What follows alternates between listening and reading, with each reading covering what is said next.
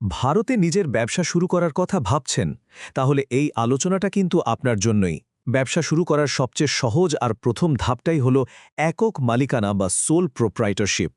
তো চলুন আজ এর A to Z সব কিছু জেনে নেওয়া যাক, যাতে আত্মবিশ্বাসের সাথে আপনিও আপনার ব্যবসার যাত্রা শুরু করতে পারেন। অনলাইনে একটু খুঁজলেই দেখবেন অনেক সার্ভিস আছে যারা প্রোপ্রাইটরশিপ রেজিস্ট্রেশনের নামে হাজার হাজার টাকা দাবি করে। কিন্তু আসল সত্যিটা কি জানেন? এর জন্য কোনো ফর্মাল সরকারি রেজিস্ট্রেশন প্রক্রিয়াই নেই। হ্যাঁ, একদম ঠিকই শুনছেন। তাহলে কি ধরে নেব ব্যবসা শুরু করাটা একদমই জলের মতো সোজা? ওয়েল, উত্তরটা হ্যাঁ এবং না, দুটোই। মানে কোনো একটা নির্দিষ্ট রেজিস্ট্রেশন না থাকলেও এমন কিছু জরুরি পদক্ষেপ আর কিছু সাধারণ ভুল আছে যেগুলো সম্পর্কে আমাদের সবার সচেতন থাকাটা খুব দরকার। এই আলোচনাতে আমরা ধাপে ধাপে সেই সব কিছুই দেখে নেব। তো চলুন, সবচেয়ে বড় যে ভুল ধারণাটা আছে সেটা দিয়েই শুরু করা যাক। একটা প্রোপ্রাইটরশিপের জন্য ফর্মাল রেজিস্ট্রেশনের দরকার হয় না, এটা ঠিক। তবে এমন একটা ডকুমেন্ট আছে যেটা ছাড়া আপনি এক পাও এগোতে পারবেন না। ব্যাপারটা হলো, আইন বলছে আপনি আর আপনার ব্যবসা দুটো আলাদা কিছু নয়, একই। তাই আপনার যে পার্সোনাল প্যান কার্ডটা আছে ওটাই আপনার ব্যবসার প্যান কার্ড হিসাবেও কাজ করবে। এমনকি যদি আপনার 10টা আলাদা ব্যবসা থাকে তাহলে ওই একটা প্যান কার্ডেই কাজ চলে যাবে। ওকে, তো প্যান কার্ড তো আমাদের সবার কাছেই থাকে। এবার তাহলে ব্যবসার আসল কাজে নামা যাক, তাই না? মানে এর আর্থিক ভিত্তিটা কিভাবে তৈরি করবেন? আপনি হয়তো ভাবছেন, আমার তো একটা সেভিংস অ্যাকাউন্ট আছেই, ওটা দিয়ে কি কাজ চালানো যাবে না? দেখুন, চালানো তো যাবে, কিন্তু এটা একটা বড়সড় ভুল হতে পারে। কারণ ট্যাক্স ডিপার্টমেন্ট আপনার সব জমাকে পার্সোনাল ইনকাম ভেবে বসতে পারে। তাই বুদ্ধিমানের কাজ হলো শুরু থেকেই একটা কারেন্ট অ্যাকাউন্ট খুলে নেওয়া। এটা আপনার ব্যক্তিগত আর ব্যবসার টাকা পয়সাকে একদম আলাদা রাখে। এখন প্রশ্ন হল, যদি নিজের নামে না করে একটা ব্র্যান্ড নামে, ধরুন লেবার ল অ্যাডভাইজার, এই নামে ব্যবসা করতে চান, তখন কি হবে? তখন ব্যাংক আপনার কাছে কয়েকটা জিনিস চাইবে। তার মধ্যে সবচেয়ে জরুরি হল একটা সরকারি সার্টিফিকেট। আর এর জন্য উদ্যম রেজিস্ট্রেশন হল সবচেয়ে সহজ উপায়, যেটা আপনি ঘরে বসেই বিনামূল্যে করে ফেলতে পারবেন। আর ঠিক এই জায়গাতেই কিন্তু অনেকে একটা বিশাল বড় ভুল করে বসেন। শুধুমাত্র একটা সরকারি কাগজের জন্য জিএসটি রেজিস্ট্রেশন করে ফেলেন। আর এর ফল কি হয় জানেন? ব্যবসার শুরুতেই প্রতি মাসে রিটার্ন ফাইলিংয়ের একটা বিশাল আর অপ্রয়োজনীয় টেনশন মাথায় চেপে বসে। চলুন এবার আসা যাক নতুন ব্যবসায়ীদের জন্য সবচেয়ে কনফিউজিং টপিকে, মানে জিএসটি। অনেকেই ভাবেন ব্যবসা শুরু করা মানেই জিএসটি রেজিস্ট্রেশন। একদমই না।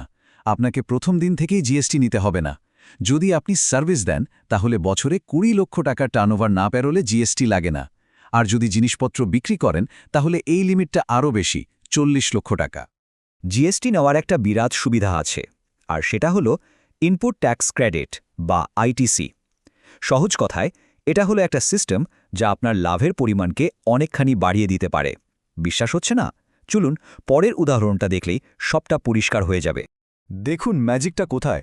আইটিসি ব্যবহার করার মানে হলো ল্যাপটপটা কেনার সময় যে 8,000 টাকা জিএসটি দিয়েছিলেন সেটা পুরো আপনার পকেটে ফেরত চলে এলো। মানে আপনার প্রফিট সরাসরি 8,000 টাকা বেড়ে গিয়ে 12,000 থেকে 20,000 টাকা হয়ে গেল। এটাই হলো আইটিসির পাওয়ার। আচ্ছা, জিএসটির ব্যাপারটা তো বোঝা গেল। এবার চলুন দেখি আয় আর খরচের হিসেবটা কিভাবে রাখলে আপনার ট্যাক্স অনেকটাই কমে যেতে পারে। দেখুন, ব্যবসা করার সবচেয়ে বড় একটা সুবিধা কি জানেন?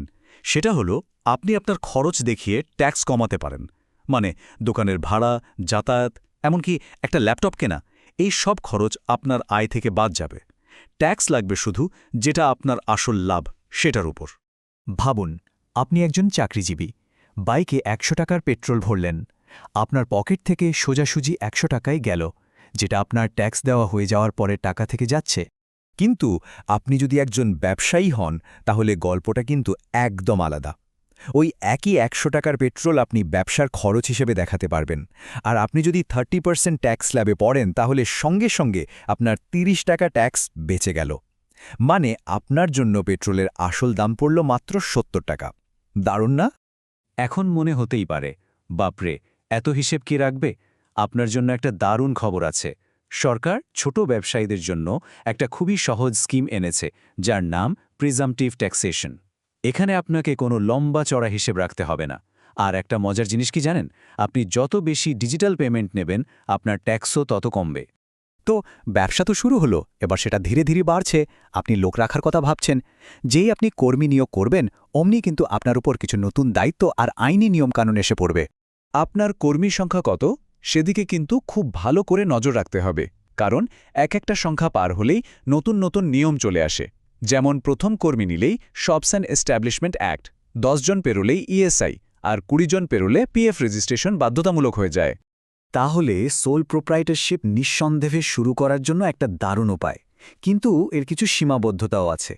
আর একজন বুদ্ধিমান ব্যবসায়ী হিসাবে কখন এই কাঠামো থেকে বেরিয়ে আসতে হবে সেটাও জানাটা খুব জরুরি। দেখুন, একদিকে যেমন এটা শুরু করা খুব সহজ, কোনো ঝঞ্ঝট নেই, তেমনি এর সবচেয়ে বড় অসুবিধা হল আনলিমিটেড লায়াবিলিটি। এর মানেটা কিন্তু খুব মারাত্মক।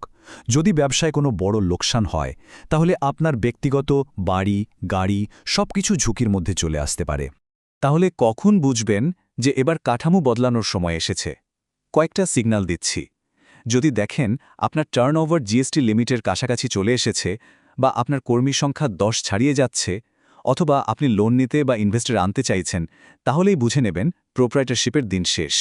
তাই আমাদের তরফ থেকে একটা স্ট্রং সাজেশন থাকবে, যদি আপনার ব্যবসায় জিএসটি লাগার সম্ভাবনা থাকে বা আপনি 10 জনের বেশি কর্মী নিয়োগ করার পরিকল্পনা করেন, তাহলে শুরু থেকেই অন্তত একটা পার্টনারশিপ ফার্ম দিয়ে শুরু করুন। এতে ভবিষ্যতের অনেক বড় সমস্যা থেকে বেঁচে যাবেন। শেষ করার আগে শুধু একটাই কথা বলার, সোল প্রোপ্রাইটারশিপ হলো ব্যবসার একটা বীজের মতো, কিন্তু সেই বীজ থেকে যখন একটা বড় গাছ তৈরি হয়, তখন তার জন্য একটা অনেক বেশি মজবুত মাটির দরকার হয়। তাই প্রশ্নটা হলো, আপনার ব্যবসা তো বাড়ছে, কিন্তু ব্যবসার কাঠামোটা কি তার সাথে তাল মিলিয়ে বাড়ছে?